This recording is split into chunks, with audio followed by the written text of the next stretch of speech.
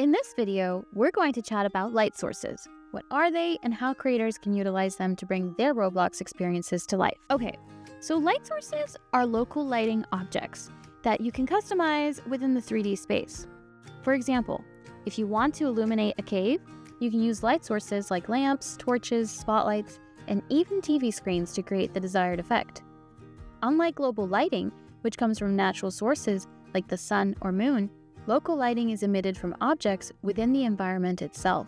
Instead of relying solely on global lighting through the lighting service, local light sources give you more flexibility in how you light both indoor and outdoor environments, allowing for more control over the mood and atmosphere of your scenes. They help you create cool and immersive environments, like those moody scenes you see in movies. For example, imagine a diner in the middle of a city at night. It's got a bunch of different local light sources that really make the scene pop. But honestly, those lights only stand out because it's nighttime. So to set the mood and make it night in your scene, let's quickly check out the technology property in the properties window for the global lighting object. Pretty awesome stuff, right? Let's briefly review the technology property in the properties window for the global lighting object. The technology property is very important because it determines how lighting is rendered in your experience, affecting both the quality of lighting and its impact on performance. There are 3 options ranked by quality and performance impact. The first being Future, the most advanced system with high-fidelity lighting and shadows offering realistic effects, but with a potential performance hit on low-end devices. The second would be Shadow Map, which uses shadow mapping for more realistic shadows from sunlight and directional lights. Other light types like point lights use voxel grids, which are less precise but better for performance. Finally, we have Voxel, the simplest system using a 4x4x4 voxel grid for light and shadow calculations. It's best for low-end devices but offers softer shadows and less detailed lighting. Visually very similar to Shadow Map, but performance-wise, this will work a lot better for low-end devices. Oh, a very important tip before we get started, let's turn on light guides to help you visualize the color and area of effect for your light sources, like how the light spreads out from a spotlight. You can go to File, Studio Settings, and toggle on Show Light Guides. And this will give you a visual guide to help you get everything just right. Now let's talk about light types, which are basically different ways to emit light. There are 3 types of light sources you can use to emit light within your environments: point light, spotlight, and surface light objects. Let's break them down. To start, point light is a light that emits from a single point, almost like a globe of light. It's perfect for things such as bulbs, torches, or even fireball effects in a game. The range of a point light is how far its light travels from where it's placed. So if you have a light pole, a smaller range might look like this. But if you want it to emit further, like a larger light pole, you can do this. To make a point light, just hover over an attachment or base part in the Explorer window, click the plus button, and choose Point Light.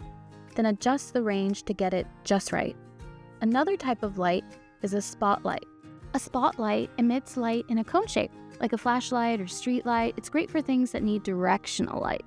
You can control where it emits with the face property. This just decides the direction. For example, if the face is at the bottom, it's going to emit from the bottom of the light. If the face is on the left, it's going to emit from the left side. Then the angle is how wide the light beam is. So if you want the light to spread out more, you can increase it. So if we put the angle at 30, it's going to be a narrow light with a very focused beam.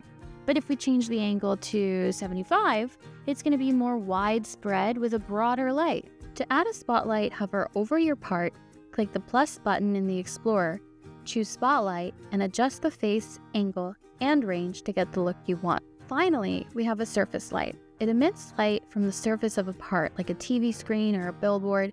It's perfect for things such as neon lights or glowing signs. The face decides which side of the part the light comes from. For example, if you want it to glow from the bottom of a sign, face equals bottom. Or from the right side, you'd make the face equal to the right. The angle controls how the light spreads out from the surface.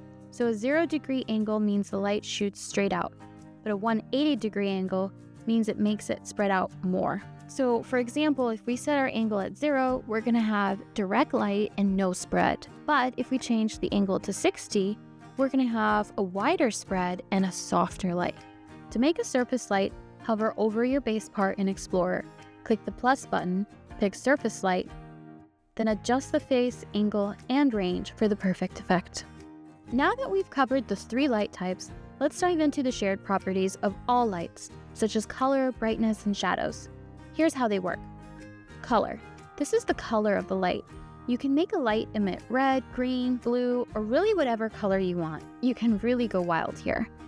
For brightness, this is going to control how intense the light is. But remember, it's still limited by the light's range, as we talked about previously. So if you make it super bright, it won't necessarily reach farther. For example, we could do low brightness, medium brightness, or super bright. Finally, we have shadows. This creates shadows when something blocks the light. If you enable it, shadows will appear. If you don't, the scene will be lit up without any shadows. And that's pretty much it. Now you've got all the info you need to create some seriously cool lighting effects. Whether you're designing a futuristic city or setting the mood for a creepy detective scene, these light sources will help bring your vision to life. So go ahead, get creative, and light up your world. Happy building!